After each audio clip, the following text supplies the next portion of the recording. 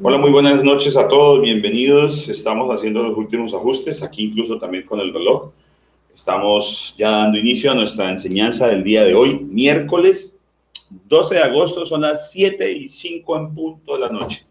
Vamos a orar, quiero que me acompañen en oración, por favor.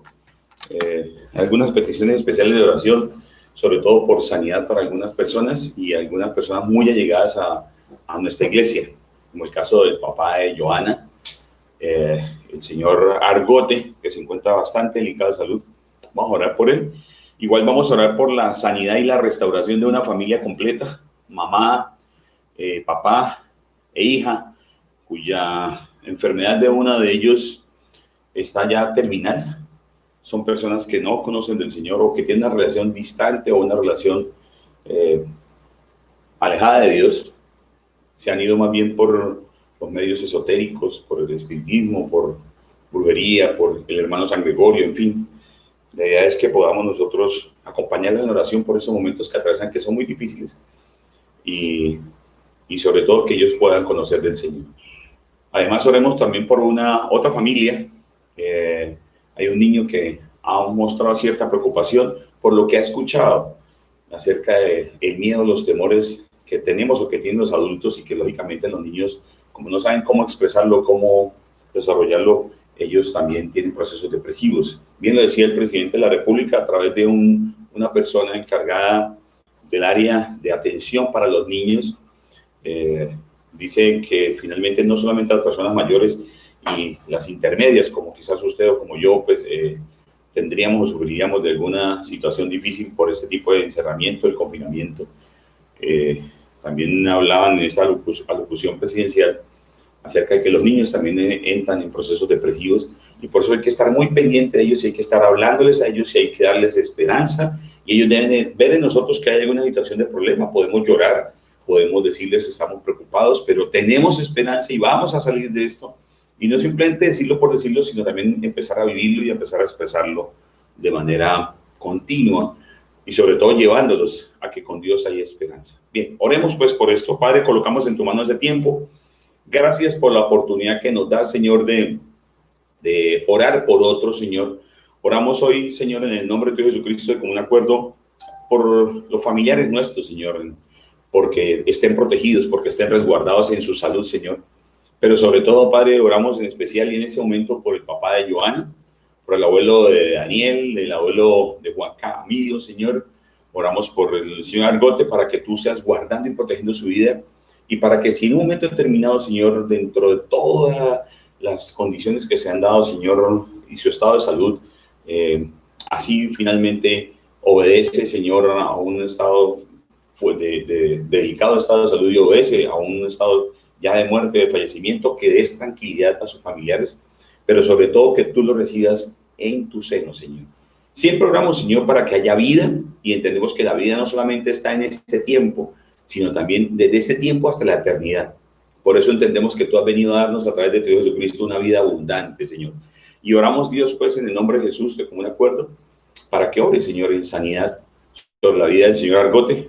Oramos para que los médicos, Señor, hagan los procedimientos, y de una manera extraordinaria, Señor, sea este hombre llevando esperanza para otras personas, esperanza para los médicos, para que ellos puedan, Señor, entender que a través de lo que hacen, Señor, guiados por ti, Señor, de una manera extraordinaria, las personas pueden ser recuperadas de esta pandemia, de esta enfermedad, de este contagio, Dios.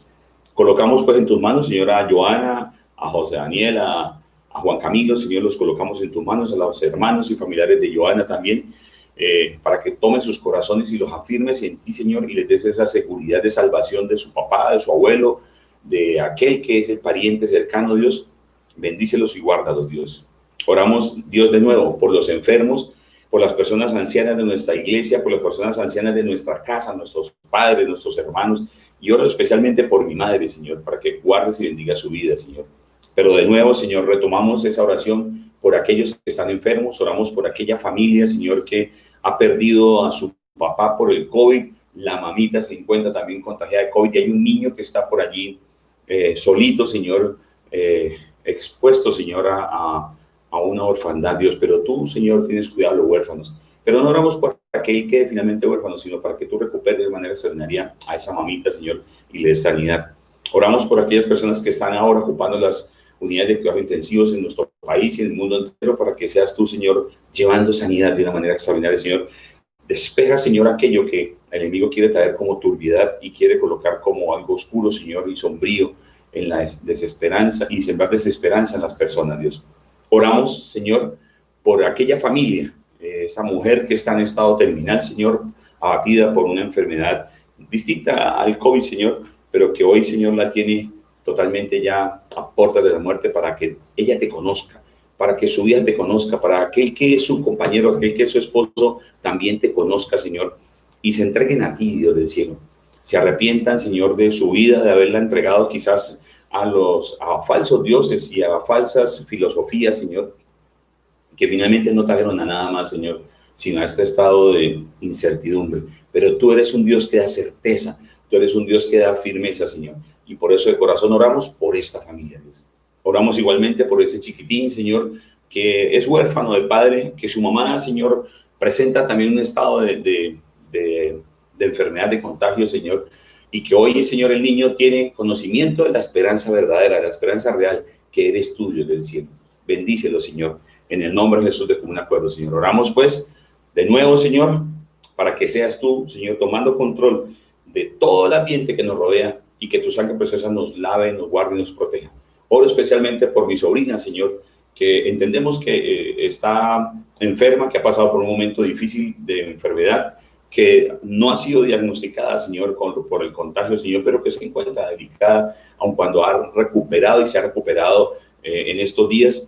Pero finalmente esos diagnósticos a veces llegan tardíos, Señor, y por eso colocamos en tu mano, Señor, a Ingrid Johanna, Dios. Colocamos en tus manos, Señor, la sanidad y la vida de Ingrid, Señor, que a través de su mamá nos has venido dando ese parte de que está bien, de que está mejorando, de que su voz está bien, de que ha vuelto, Señor, a estar en su normalidad, Dios, y que se está cuidando, Dios, en el nombre de Jesús. Bendícenos, guárdanos, protégenos, Señor, y, Señor, en tus manos quedamos. Gracias, Señor, porque tú vas tras aquello que el enemigo roba, tú vas tras aquello que el enemigo quiere quitar y quiere arrebatar, en el nombre de Jesús.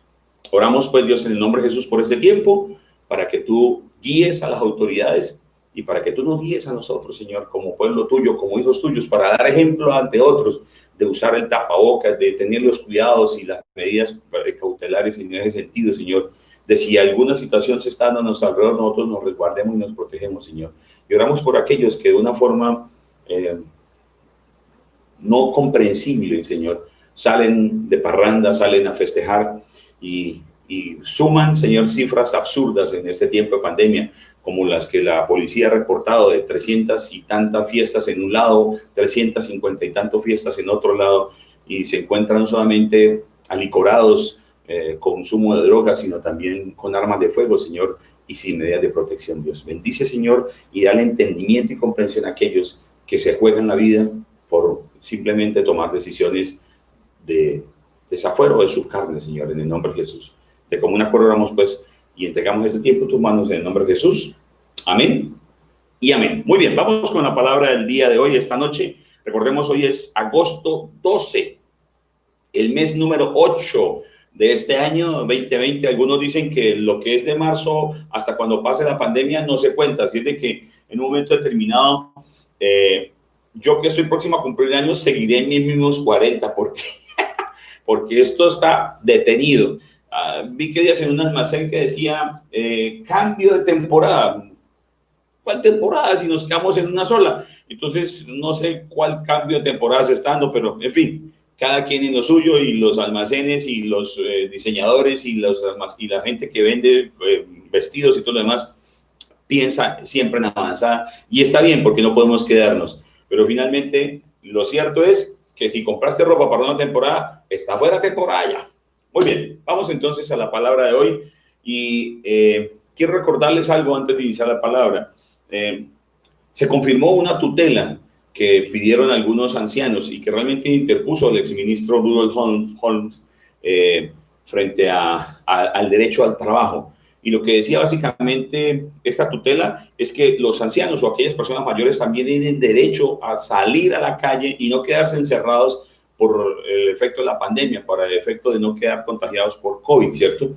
Pero si bien es cierto, entendemos que hay un sentido de protección de parte de la autoridad, también hay una situación que ellos presentan como un derecho y una responsabilidad individual de cuidarse a sí mismos, pero también el derecho de trabajar. Bien, los ancianos andaban contentos porque finalmente pudieron o podían salir o pueden salir porque la tutela se presentó y fue dada, esta tutela interpuesta fue dada en positivo para que ellos puedan salir.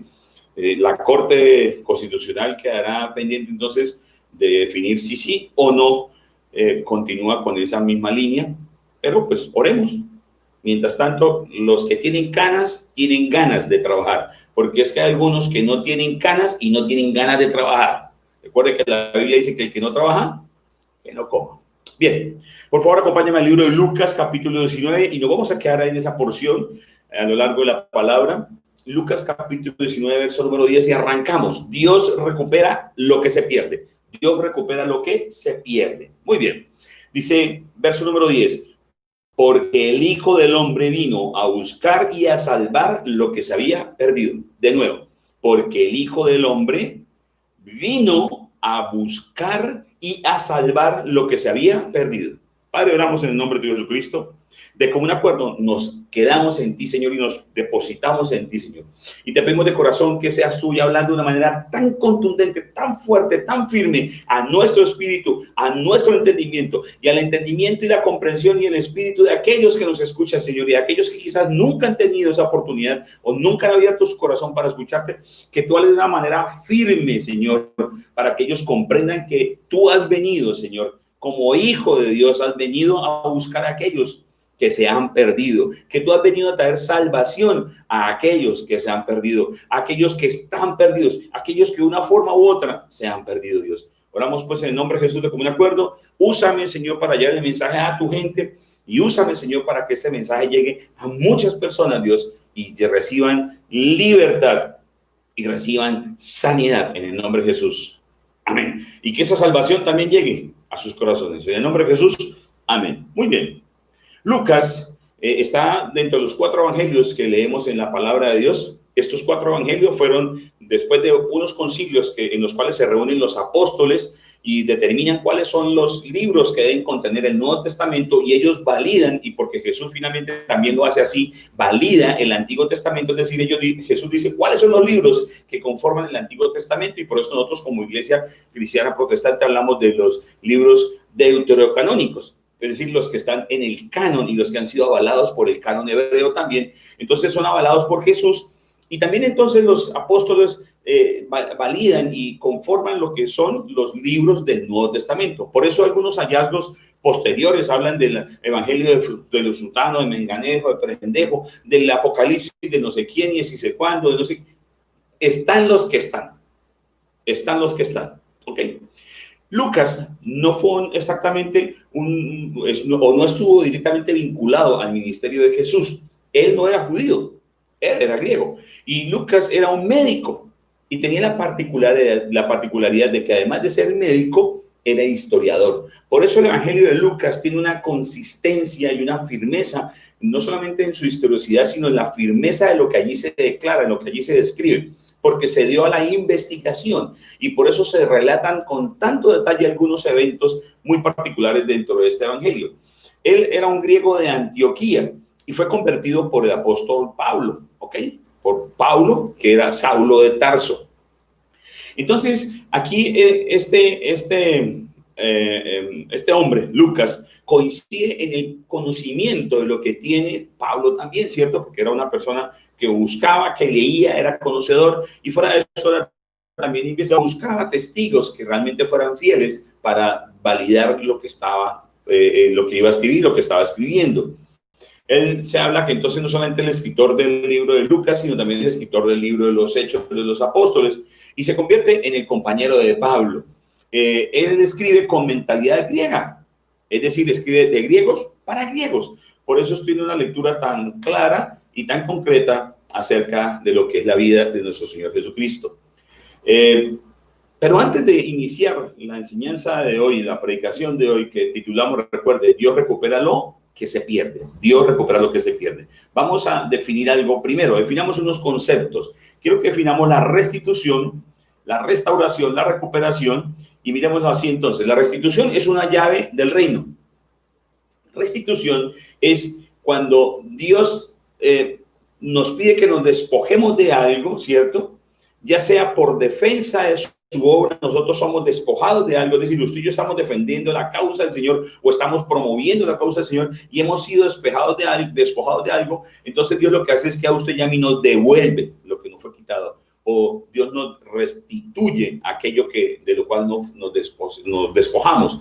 Como por ejemplo, Abraham dice que deja tu tierra, tu casa, tu parentela y vete a la tierra que te mostré. Y él se despoja de ese lugar, se despoja de lo que, aunque se lleva sus posiciones, claro está, pero se despoja de la oportunidad de ser aquel príncipe o de ser aquella persona principal en la época del imperio Hammurabi. Y aunque él formó parte de lo que es el código Hammurabi, entonces él se despoja de todo ese lugar destacado en la sociedad y va a un lugar nuevo, un lugar extraño, en donde él va a iniciar una nación. ¿Y qué hace el Señor con Abraham? Lo restituye, porque dice no solamente que lo hará un hombre, o de él nacerá una nación, ¿cierto? Sí, le da una bendición de nación, y de eso hablaremos después, o pues en otro día, sino que también le dice, y te haré un hombre próspero, y bendeciré a los que te bendigan, y maldeciré a los que te maldigan.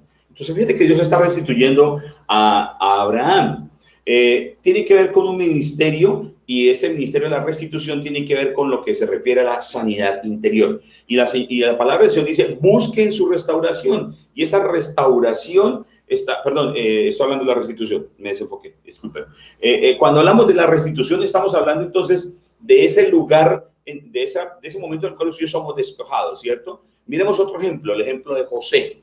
José fue despojado de su honra y de su lugar. Él era un hijo de un príncipe.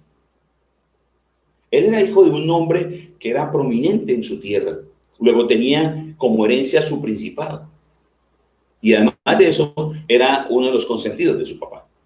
Entonces, ¿qué sucede? Él es despojado no solamente de su rango, no solamente de su honra, no solamente del lugar y el sitio de su familia, sino que también es despojado de su libertad porque lleva como esclavo. Pero finalmente restituido por Dios, y Dios lo multiplica no solamente en su honra y en su estatus, sino lo restituye en su libertad y en el poderío para gobernar una nación.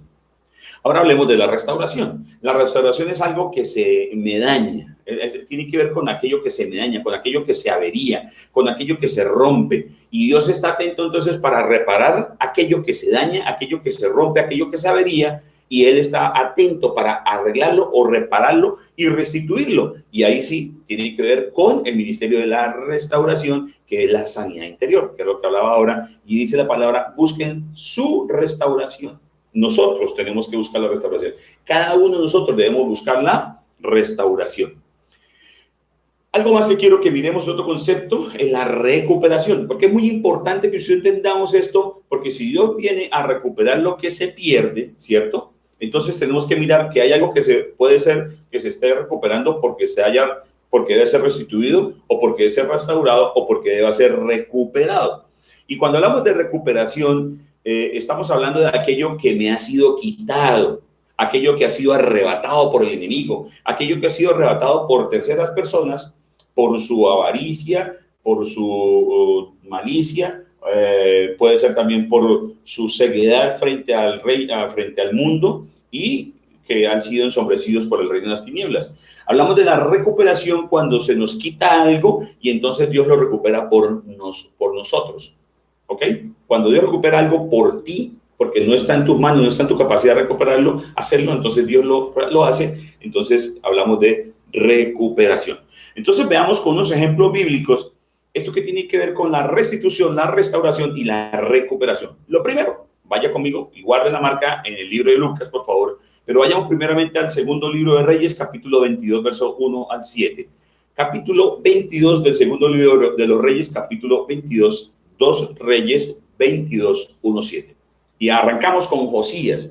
Dice, Josías tenía 8 años. Escucha aquí bien. Josías tenía 8 años cuando ascendió al trono y reinó en Jerusalén 31 años. Su madre era Jedidá, hija de Adaías, oriunda de Boscat. Josías hizo lo que agrada al Señor, pues en todo siguió el buen ejemplo de su antepasado David.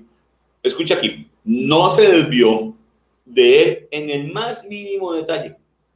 En el año 18 de su reinado, el rey Josías mandó a su cronista Safán, hijo de Azolías y nieto de Mesulán, que fuera al templo del Señor. Le dijo, preséntate ante el sumo sacerdote Gilquías y encárgale que recoja el dinero que el pueblo ha llevado al templo del Señor y ha entregado, ¿a quién? A los porteros. Verso número 5. Ordena que ahora se les entregue el dinero a los que supervisan la restauración del templo del Señor para pagarles a los trabajadores que lo están reparando. Verso número 6. Que les paguen a los carpinteros, a los maestros de obra y a los albañiles y que compren madera y piedras de cantería para restaurar el templo del Señor. Verso número 7. Pero no les pidan cuentas a los que están encargados de pagar, pues ellos proceden con toda honradez. Una de las exigencias de nosotros como iglesia es presentarnos delante de ustedes como aquellas personas que, si bien es cierto, trabajamos y nos pagan un salario, vivimos independiente de buscar y hurgar dentro de lo que son los diezmos y las ofrendas que las personas entregan en el tiempo y que en el templo, y que nosotros buscamos trabajar con honradez, no en procura de que haya más ingreso y más recursos. Porque nosotros no recibimos como tal bonos de beneficencia, bonos de un buen trabajo. No, nos pagan un salario y vivimos y debemos vivir dignamente con ese salario. Pero hay una situación particular, mi querido. Cuando Josías envía a estos hombres al templo, ellos encuentran allí la palabra del Señor, porque la palabra de Dios estaba perdida. Y lo que hace Josías, fíjate que es un muchacho de 8 años. Y tengo en mi iglesia un chico que llegó de 3 añitos y durante mucho tiempo le dijo a su mamá que lo llevara a la iglesia y su mamá no lo llevaba, su papá menos. Su papá andaba en otro cuento. Su mamá andaba buscando otra forma de cómo encontrar a Dios. Además había sido enseñada de hasta aquí te enseño y de ahí para allá tú sabes si escoges o no escoges seguir al Señor. Y entonces este niño lo llevaba a su abuela a la iglesia. Y este chiquitín, un día ya siendo un poco más mayorcito, le dice a su mamá, mira mamá, sabes, yo no sé qué tú vas a hacer con tu vida, pero lo que yo sí quiero es seguir al Señor. Así es de que yo te pido el favor, si tú no vas a la iglesia está bien, no vayas, pero llévame. Eso hizo que su mamá un día tomara la decisión de decir, ¿sabes qué, hijo mío? Tú vas a la iglesia, tienes una determinación fuerte, yo he fallado en esa acción y yo voy a tomar la decisión entonces de iniciar e ir a la iglesia. Y su mamá va a nuestra iglesia. Al poco tiempo llegó también su padre y ahora toda su familia pertenecen y forman parte de nuestra iglesia. Además, es un excelente siervo este muchachito. Bueno, entonces, ¿qué pasa con Josías y qué pasa con el templo del Señor? Aquí lo están restaurando, lo están arreglando, lo están adecuando, lo están mejorando porque el templo estaba dañado. Se había olvidado el pueblo del templo del Señor. Recuerden que nosotros somos templo, casa de habitación, porque muchas veces usted y yo descuidamos el templo. Lo llevamos al exceso de las drogas, lo llevamos al exceso de la comida, lo llevamos al exceso de la pereza, lo llevamos al exceso del daño, de alejarlo de Dios. Y el cuerpo necesita la parte espiritual. Nosotros somos seres trinos. Parte física, lo que vemos, lo que palpamos, ¿cierto? Lo que queremos satisfacer a través del gusto, a través del olfato, del oído, ¿cierto? De los ojos, del tacto, al ponernos ropa y todo lo demás, ¿cierto? Pero también está la parte anímica, donde está la mente, las emociones y la voluntad. Ese es el alma. Y también la parte espiritual. Y el cuerpo necesita del ambiente espiritual. Hoy en día los médicos, y con todo respeto que me merecen ellos, porque saben que los respeto, algunas situaciones lo que dicen ellos es, debe buscar ayuda espiritual, porque tiene un problema fuerte y tiene que descansar. Aprenda a descansar, deje el estrés. Bueno, entonces, ¿qué pasa? Pasa que el pueblo de Dios había perdido la palabra del Señor y habían existido altibajos en el reino del pueblo del Señor. Los reyes, algunos se acercaban al Señor y otros se alejaban de Dios, pero lo hacían, ¿sabes qué? A su amaño. Voy a decir algo, lo hacían a su manera, como algunas personas hoy en día. Yo lo hago a mi manera, es que es mi manera de acercarme. Y Josías, siendo un rey muy joven, escucha bien, Josías siendo un rey muy joven, busca hacerlo primero y es reparar la casa de Dios. Lo que nosotros tenemos que hacer primero es reparar nuestra casa.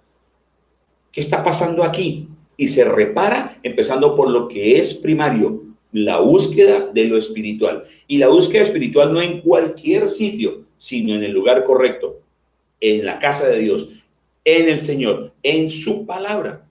Recuerde, ¿qué era lo que decía entonces allí el verso 7? Pero no les pidan cuentas a los que están encargados de pagar, pues ellos proceden con toda honradez, ¿cierto? Oiga, y entonces, ¿qué pasa con el verso número 8? A ver, no sé si usted tenga allí el verso número 8 del libro de los Reyes. ¿Tiene ahí para que leamos ese segundo versículo del libro de Reyes, por favor? Voy a buscarlo aquí. Estamos en vivo y en directo. Segundo libro de los Reyes, verso 22, capítulo 22, perdón. Y el verso número 8 dice lo siguiente. El sumo sacerdote Hilquías le dio al cronista Safán, le dijo, perdón, he encontrado el libro de la ley en el templo del Señor. Entonces se lo entregó a Safán y este, después de leerlo, fue y le informó al rey. Escucha bien lo que sigue. Los ministros de su majestad han recogido el dinero que está en el templo del Señor y se lo han entregado a los trabajadores y a los superiores.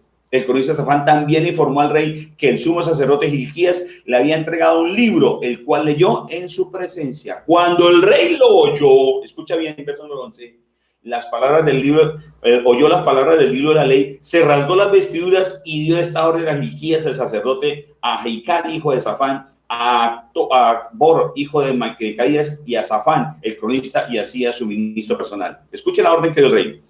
Vayan a consultar al Señor por mí, por el pueblo, por todo Judá, con respecto a lo que dice este libro que se ha encontrado. Sin duda que la gran ira del Señor arde contra nosotros, porque nuestros antepasados no obedecieron lo que dice este libro, ni actuaron según lo que está prescrito para nosotros. Fíjate que la palabra del Señor estaba en el mismo lugar donde se adora al Señor. ¿En dónde estaba? En el templo.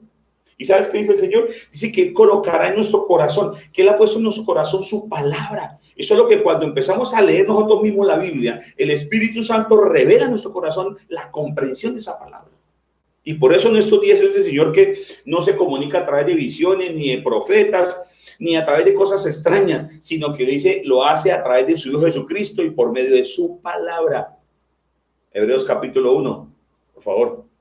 Busquémoslo y verá que ya usted va a poder encontrar que dice que el Señor, en otros tiempos el Señor hablaba así, pero ahora habla de esta manera.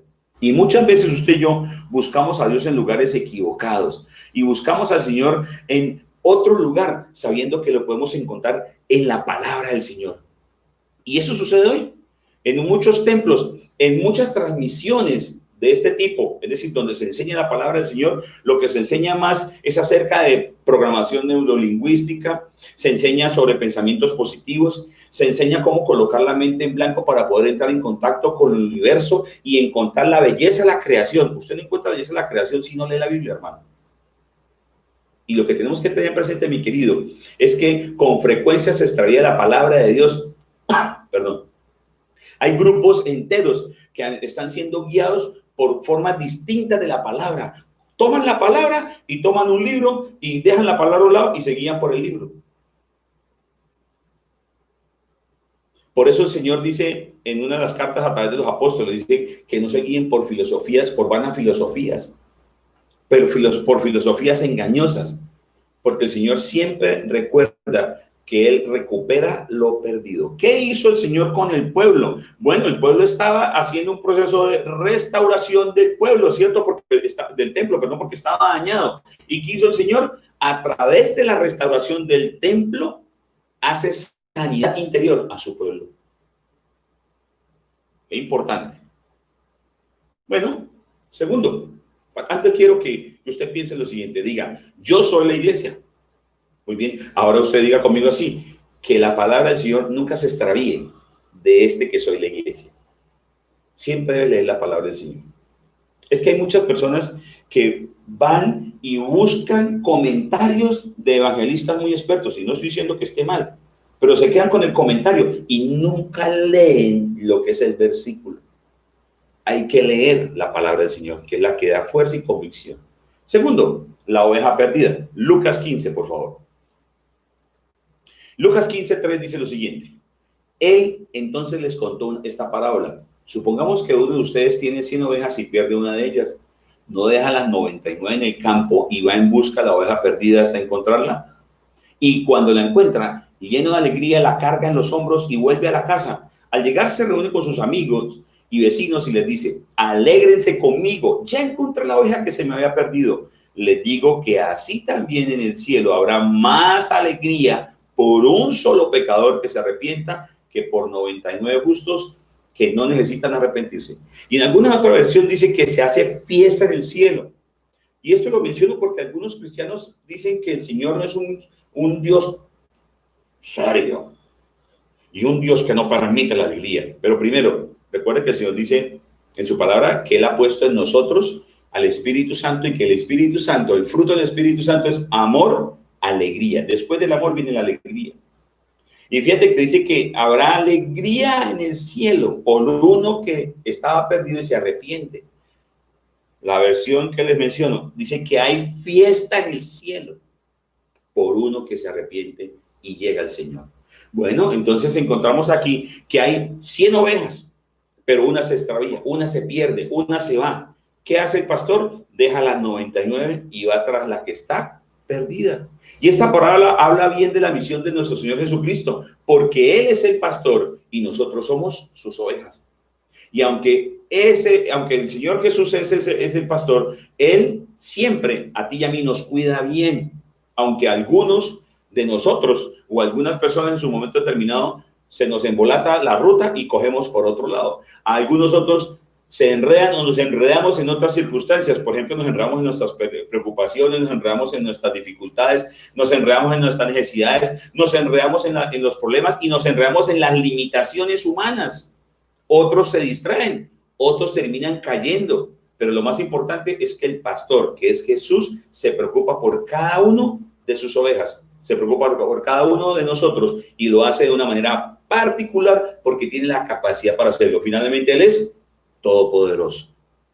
Bueno, sin embargo, usted y yo no encontramos eso en algunos pastores de algunas iglesias, porque algunos simplemente se preocupan por los que están bien y olvidan a los que están mal.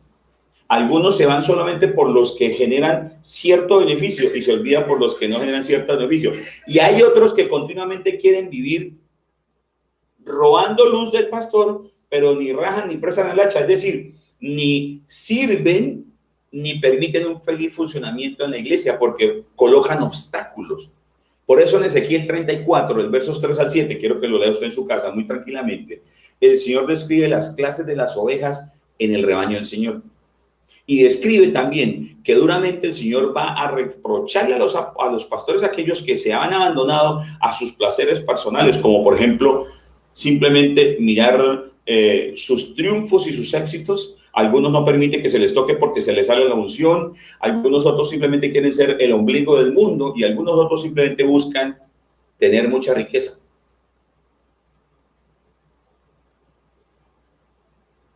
Y entonces, ¿qué pasa, mi querido? Muchos otros pastores simplemente les preocupa el qué dirán. Pero aquí el Señor dice: cuando ustedes, pastores, abandonen a mis ovejas, yo me ocuparé de ellas. Y empieza a escribir del 3 al 7 cuáles son las ovejas. Y encuentra aquí así, mire, encuentra la oveja gorda.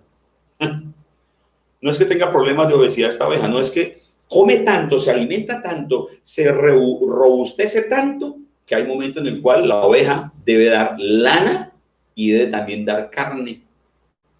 Pero recuerdo lo que les hablé antes de aquellos que se llaman los robaluz o los chupaluz, que se pegan del pastor y vienen a toda pegando, y quiero conocer más y quiero saber más, pero nunca toman la decisión de servir. O si van a servir, dicen: yo sirvo, pero a mi manera.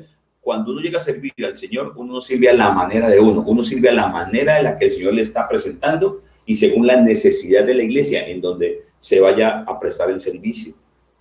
Muchos cantantes, muchas personas famosas dentro del reino de los cielos o en el cristianismo, pues dicen que empezamos lavando baños. Bueno, a nosotros con mi esposa nos tocó mover y poner sillas y en algunos lugares, en algunos momentos nos tocó limpiar sillas que venían con vómitos, que venían con olor a trago, que venían con cigarrillos pegados. Sí, porque se alquilaban sillas y teníamos que alquilar 400, 500, 600, 700 sillas y pues la iglesia en ese momento no había comprado sillas. Luego empezamos a cambiar las sillas poco a poco y se veía la marca de cuáles eran las sillas que había comprado la iglesia y cuáles eran las sillas que nos toca alquilar, hasta que por fin logramos comprar todas las sillas de la iglesia. Algunas veces barrimos la iglesia y cuando llegamos a abrir la iglesia en Valledupar, muchas veces, y aún lo he tenido que hacer, he tenido que o bajar mangos o limpiar la canal o barrer el patio o lavar los baños o destaparlos. Muchas veces he tenido que hacer muchas cosas dentro de la iglesia, pero ¿sabes qué? Si eso lo hago para que el templo del Señor, para que la gente llegue y lo encuentre bien, el Señor se encargará. Pero es que hay otros que simplemente, pastor, deme. Yo quiero aprender más, quiero recibir más, pero nunca se ofrecen a servir. Y les repito, cuando sirven, dicen, sirvo de esta manera, si le sirve bien, si no, también. No, cuando la oveja es gorda es porque está bien alimentada y está capacitada para dar lana y para dar carne. Sí, no debe descuidarse, pero también debe tener presente que esa oveja no es el centro del rebaño y debe producir entonces para el sostenimiento de las demás. En otras palabras, usted va al libro de Gálatas capítulo 6, 5 y dice, cada uno cargue con su propia responsabilidad. Y enseguida 6, 6 dice, y que enseñe lo que ha aprendido con aquel que le ha enseñado. Esa es una oveja gorda. La otra, la oveja débil, es esa oveja que es la que está pasando por momentos difíciles. Es la que está siguiendo con el rebaño y la va para arriba y va para abajo, pero está debilucha. Quizás no quiere comer, quizás simplemente por emociones se está dejando llevar por vientos de doctrina o por pensamientos y se debilita. Sencillamente, quizás no ha tomado decisiones de cambio y eso lo está debilitando. Y viene la siguiente, la oveja enferma. A esa oveja hay que sanarla. A la débil hay que tomarla y acompañarla. Pero se suelta, porque si no, entonces siempre va a ser una oveja que debe ser dependiente. Pero la oveja enferma hay que buscar sanarla y hay que buscar distanciarla un poco de las demás para poder atenderla de una manera particular, ¿cierto? Pero el Señor dice en su palabra de la débil y de la que está enferma, que deben tomar la decisión. Estas ovejas, escucha bien, las ovejas deben tomar la decisión de llamar a los ancianos de la iglesia para que oren por ellos. La gente, ¿sabes qué dice? Es que a mí nadie me busca. Estoy enfermo y nadie me buscó. Tuve problemas y nadie me buscó. Estuve decaído y nadie me buscó. Óyeme, es tu responsabilidad. ¿Estás enfermo, estás débil? Llama. La oveja pierniquebrada, bueno, es la que se pone a hacer peripecias y se le quiebra la pata. O aquella que anda de muy saltona y muy brincona por lado y lado y el Señor resulta que le venga para acá y le parte la patica, le hace el entablado y la carga. Esa pierniquebrada pone una carga en el Señor, pero como el Señor es el pastor y Él es todopoderoso, pues sencillamente se venda, se tablilla y dice el Señor, ahora busca tu restauración. En la segunda carta de Tesalonicenses, capítulo 5, verso 10, dice, busca tu restauración. La persona es la que debe buscar. Muchas personas dicen, pero es que a mí nadie me llama para restaurarme. Oye, recuerda que una de las acciones que nosotros hablamos al comienzo de la restauración, ¿qué era? ¿Lo recordamos, por favor, rápidamente? Bueno, que la restauración es que cuando algo se daña, Dios busca repararlo. Y que es un ministerio que está relacionado y que tiene que ver con la sanidad interior. Pero el Señor dice a aquel que está pierniquebrado, dice que él debe buscar la restauración. Luego es la misma oveja que busca la restauración. Miremos la oveja descarriada. Bueno, la oveja descarriada es la que se las tira de independiente. Es la que dice, yo sé, yo aprendo así, esta es mi manera de ser, esta es mi manera de ver, esta es mi manera de ver las cosas y yo aprendo de esa manera y punto. Entonces hay que tener presente que nosotros como iglesia empezamos a detonar a las ovejas, empezamos a identificar a ovejas gordas, las ovejas débiles, las ovejas enfermas, la perniquebrada y la descarriada. Y cuando usted menos piensa, la descarriada se pierde. Y se le ha enseñado, se le ha dicho, se le ha dado. Y el Señor ve que la oveja se pierde. Y entonces, ¿sabes qué? Se dejaron guiar por filosofías engañosas, se dejaron guiar por o deslumbrar por la filosofía del mundo y hay que buscar atraerla nuevamente y no dejarla ir. Y eso es lo que estoy hablando, eso te sirve para que tú lo apliques también en tu casa. Y esta oveja se le exige y se le requiere que deje su pasado atrás y que debe dar verdaderos frutos de arrepentimiento. Y finalmente la oveja perdida. Esa oveja perdida pues es la que finalmente se sale del redil y se pierde. Y empieza a caminar por el mundo buscando un rebaño, buscando una identidad, cuando ya tiene una identidad en Cristo. Y ha querido buscar identificarse con cosas de afuera, pero no encuentra una satisfacción plena. Siempre le falta algo, siempre tiene algo pendiente.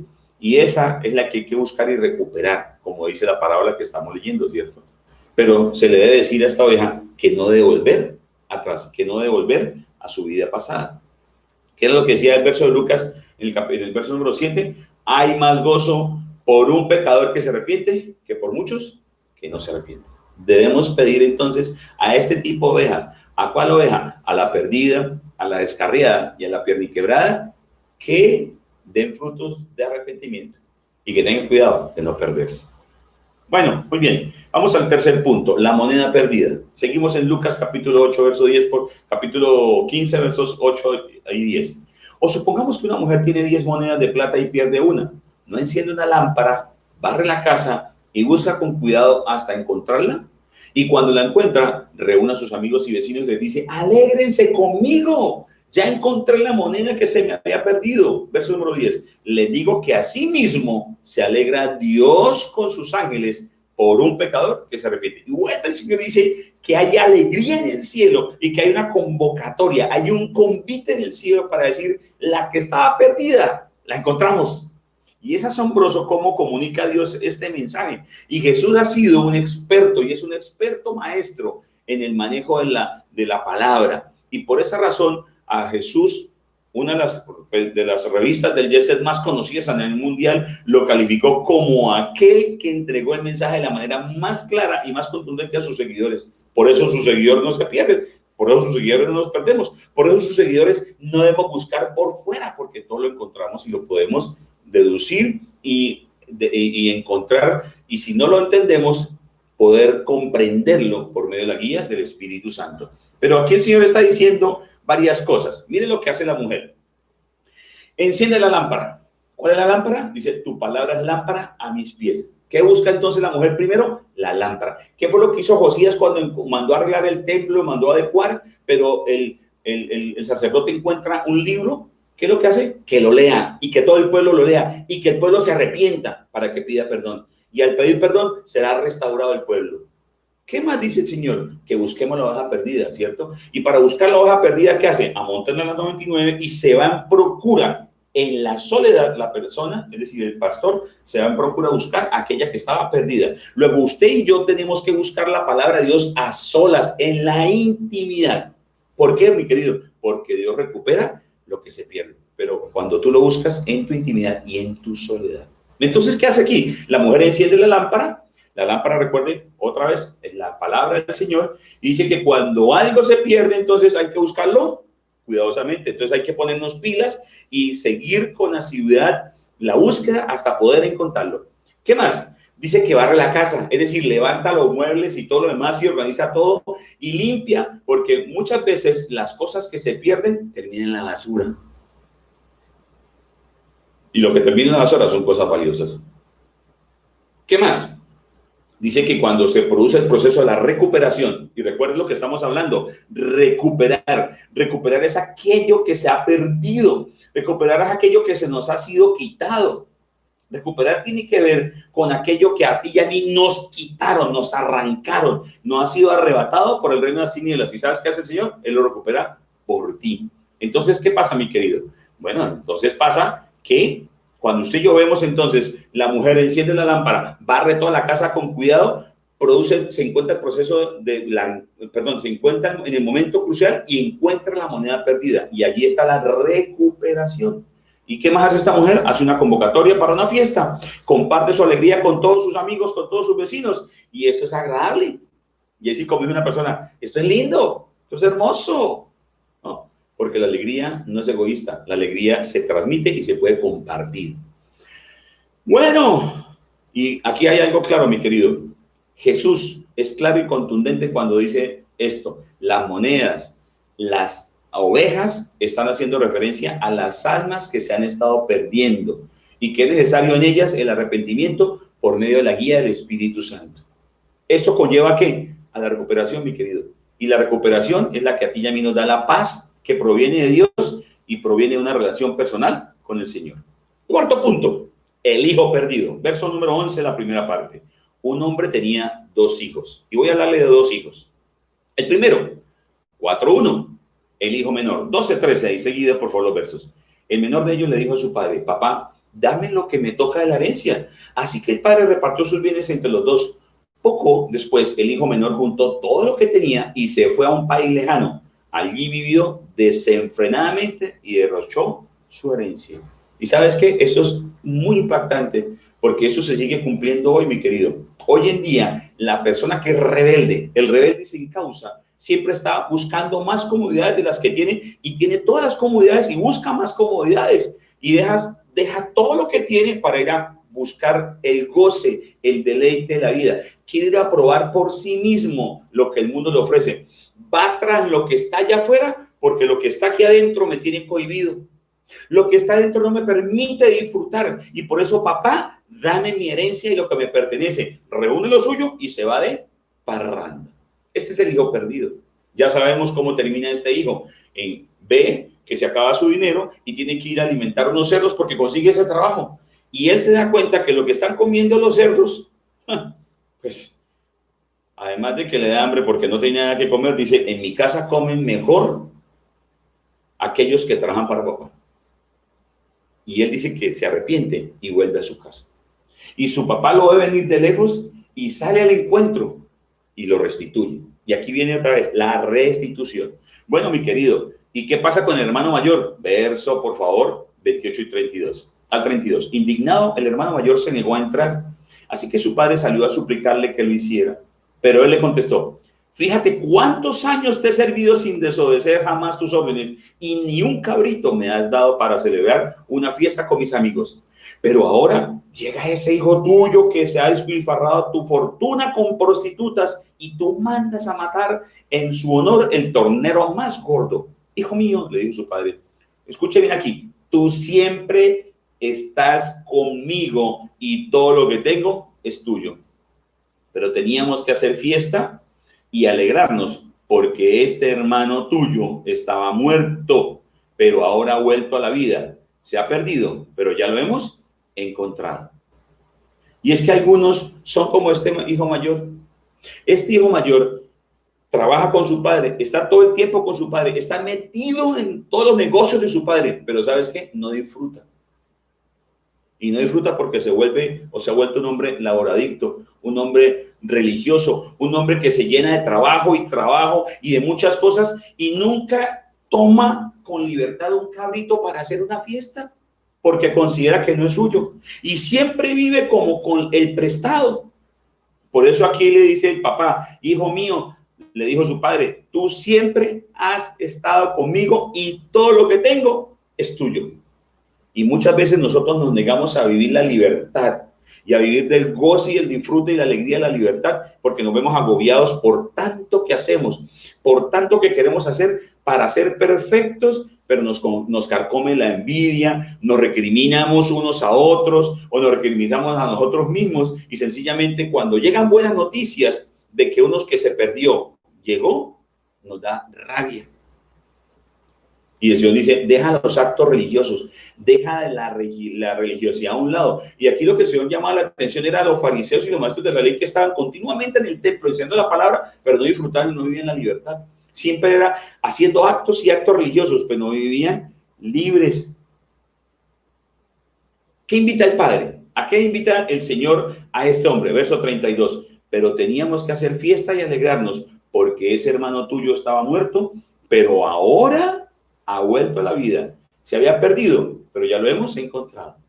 Invita a alegrarnos, invita a hacer fiesta, invita a compartir con el que estaba perdido, invita a compartir con aquel que ha vuelto a la vida, invita a compartir con aquel que se ha encontrado y ha sido restaurado. Bueno, podemos decir entonces nosotros: Señor, gracias por recibirnos en tu casa. Señor, gracias por permitirnos vivir en tu casa y vivir y disfrutar de lo que tú nos has dado. Entonces aquí, mi querido, la recuperación está explícita en la palabra del Señor de la siguiente manera. Primero, la pérdida, y es lo que Satanás nos roba. Segundo, la búsqueda, que es lo que usted y yo debemos hacer. Tercero, la recuperación de lo que Dios vuelve a traernos. Cuarto, la salvación, que es la mayor recuperación. ¿Y qué ocurre aquí? Bueno, esto ocurre en todas las áreas de nuestra vida. Ocurre en las áreas de la vida humana de una manera especial, porque llega la salvación. Ha venido a salvar lo que se había perdido. Eso lo dijimos al comienzo. Él ha venido a salvar lo que se había perdido. Y piénsalo bien, examínalo, analízalo de una manera profunda, mi querido. ¿Por qué? Porque tienes que tener presente que si tú prendes la lámpara, barres la casa y eres diligente, tu casa, que es el templo del Señor, mi querido, que se había perdido y que incluso se perdió dentro de ti la palabra del Señor, porque siempre buscaste hacer muchas cosas y quisiste deducir las cosas de acuerdo a tu manera, pues entonces empezaste a mirar manuales distintos, empezaste a guiarte por la programación neurolingüística, por vanas filosofías, y no te diste cuenta que realmente tú la palabra de Dios la tenías muy cerca de ti. ¿Y qué dice el Señor? Yo devolveré la moneda. ¿Qué dice el Señor? Que Él te va a guiar otra vez para ser tomado en sus brazos y para ser restaurado, para ser restituido y para que lo que el enemigo había robado, tú lo recuperes. Amén. Y eso, mi querido, es volver a casa del Padre. Concluyamos rápidamente. Pero en la conclusión hoy quiero dejar varias preguntas. ¿Se perdió tu norte? ¿Acaso dejaste que el enemigo arrebatara tu alianza con el Señor? ¿Acaso has perdido la palabra? Cerca de ti está la palabra, dice el Señor. ¿Acaso la has perdido? ¿Acaso estás buscando mucha literatura? ¿Estás queriendo conocer y adquirir mucho conocimiento, mucho intelecto humano, pero no te estás congregando, no estás buscando la palabra del Señor? Porque hay mucha gente que estudia muchos títulos y tiene muchos títulos, magíster por magíster, trimagíster y cuatro magíster, doctorado, postdoctorado, tridoctorado y cuatro doctorados, pero no saben nada de la Biblia o se dejan guiar simplemente por vanas y filosofías humanas. ¿Dejaste de guiarte por la palabra de Dios? ¿Dejaste de que tu casa, ese templo tuyo, fuera el templo del Señor? Algo más. ¿Dejaste que tu casa, que tu reino privado, donde están tus hijos, donde está tu cónyuge, dejara de ser ese lugar especial para el Señor? ¿En qué convertiste tu trabajo? ¿En el centro de tus fuerzas, en el centro de todo tu ser? ¿Cómo está tu ser? ¿Cómo estás tú como persona? ¿Has estado quizás como la oveja perdida? ¿Como la pierna quebrada? ¿Como la desubicada? ¿O te saliste finalmente del redil? ¿Has perdido algún dracma? ¿Alguna moneda? ¿Perdiste en este tiempo algún trabajo? ¿Has perdido algún negocio? ¿Has perdido bienes materiales? El Señor se encargará de recuperarlo. Te restituirá eso, no te preocupes. ¿Has perdido algún ser querido? ¿Has buscado que ese ser querido encuentre primero al Señor? ¿Cuál es tu pérdida? ¿Te has dado cuenta que has hecho muchos actos religiosos y has perdido el tiempo de disfrutar y de deleitarte con el Señor y de estar en su presencia y de vivir en la abundancia de tu Padre Celestial? Entonces piensa, entonces examina, entonces analiza con profundidad, porque ahora lo que tienes que hacer es lo siguiente, sencillo. Dile: Espíritu Santo, hoy te pido que me permitas cumplir tus pasos, que si ha habido alguna pérdida que Satanás me haya robado, yo pueda ser aquella persona que con la guía de tu palabra, prendiendo tu palabra, barriendo bien la casa, esta quede limpia y pueda encontrar lo que se ha perdido. Hay que iniciar la búsqueda, mi querido, y hay que buscar en nuestro interior. Si tú cumples esto, habrá una recuperación. Si tú cumples esto, la palabra del Señor y el poder del Señor llegará de nuevo a tu vida. Estarás de nuevo en el redil y otra vez vivirás según el tesoro del Señor y serás aquel hijo que ha vuelto a casa. Padre, oramos en el nombre de Jesucristo y te damos gracias. Te alabamos y te bendecimos, Señor.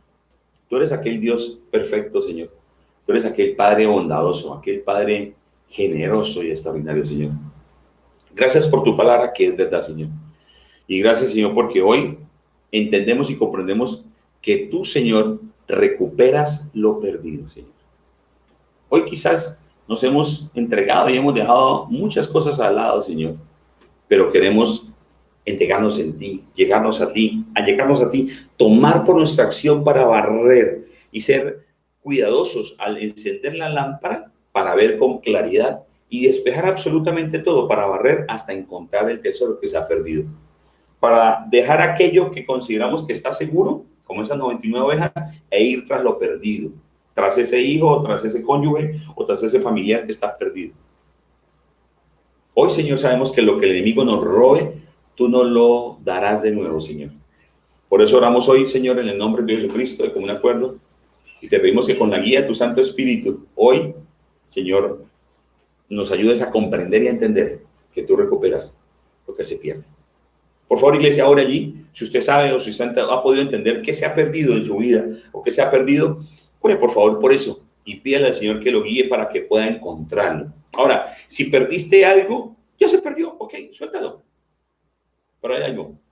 Espera sencillamente, con tranquilidad y con paciencia, que el Señor te devuelva lo que se perdió. Así hizo Job. Y el Señor le devolvió lo que tenía antes por el doble. Así espero yo también, que el Señor nos dé lo que hemos perdido por el doble y al más. Así hizo Abraham, así le pasó a José, así está en la palabra escrita como un testimonio. Y entonces tú, que quizás hoy sabes que has perdido o un pariente, o tu trabajo, o tus bienes, o tus recursos, o has perdido dinero, o has perdido la confianza, o has perdido tu capacidad, tu fe, te has descargado y te has pegado unas voladotas por allá para el mundo, a recorrer lo que el mundo quiere que tú vivas y que es lo que tú consideras o que el mundo considera que es plenitud. Entonces la invitación es para ti. Y di conmigo así, sencillo: Señor Jesús, hoy te hago el Señor y Salvador de mi vida. Iglesia, usted por favor ore allí. Gracias, Señor Jesús, por tu vida, porque la clavaste en una cruz para darme a mí vida nuevamente. Hoy sé que vivo espiritualmente, porque te hago mi Señor y Salvador personal. Sé que esto me hace una nueva creación, que mi pasado queda atrás, que todos, absolutamente todos mis pecados me son perdonados, y que hoy mi nueva vida me permite vivir en abundancia y en plenitud, con la satisfacción de saber que soy hijo de Dios y que el Padre que está en el cielo me sella con el Espíritu Santo la promesa, haciéndome su casa, su templo de habitación. Confieso esto con mi boca y lo creo desde mi corazón. En el nombre de Jesús. Amén. Bien, Dios recupera lo perdido. Gracias. Quiero, antes de despedirme, motivarlos para que enseñes esto a otras personas, para que también le digas que mañana los hombres tenemos una cita. A las 6:30 nos vemos solo hombres por este canal, por Facebook. Vamos a vernos mañana los hombres a las 6:30. Vamos a hablar de un tema bien chévere para los hombres.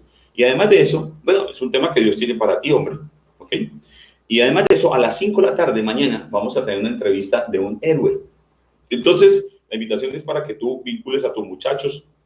Si tú eres una persona soltera y que de pronto tienes algunas situaciones que se han perdido allí en tu mente, como en tu pensamiento, bueno, el Señor nos ha regalado algunos héroes como tú para centrar a muchos. La idea entonces es que nos acompañes mañana a 5 de la tarde por Instagram, salimos en vivo, y a las 6:30 salimos entonces por nuestro canal de YouTube y por Facebook. Por favor, suscríbanse, denle clic en la campanita. Oramos por diezmos y ofrendas, que el Señor los guarde y los bendiga. Y gracias, porque así como Josías hizo posible que el templo fuera restaurado y que a aquellos hombres no se les pidiera cuenta porque realmente eran honorables, ustedes puedan saber y reconocer que nosotros como iglesia y como pastores realmente somos hombres, mi esposo y yo somos personas honorables y respetables, que no hacemos nada que opaque la palabra del Señor. Gracias por su confianza y gracias sobre todo por creer en el Señor, porque lo más importante es que crees en Él. Que Dios te bendiga. Un abrazo, nos vemos. Chao, nos vemos entonces mañana. Y recuerden, el domingo, 9 de la mañana. Chao.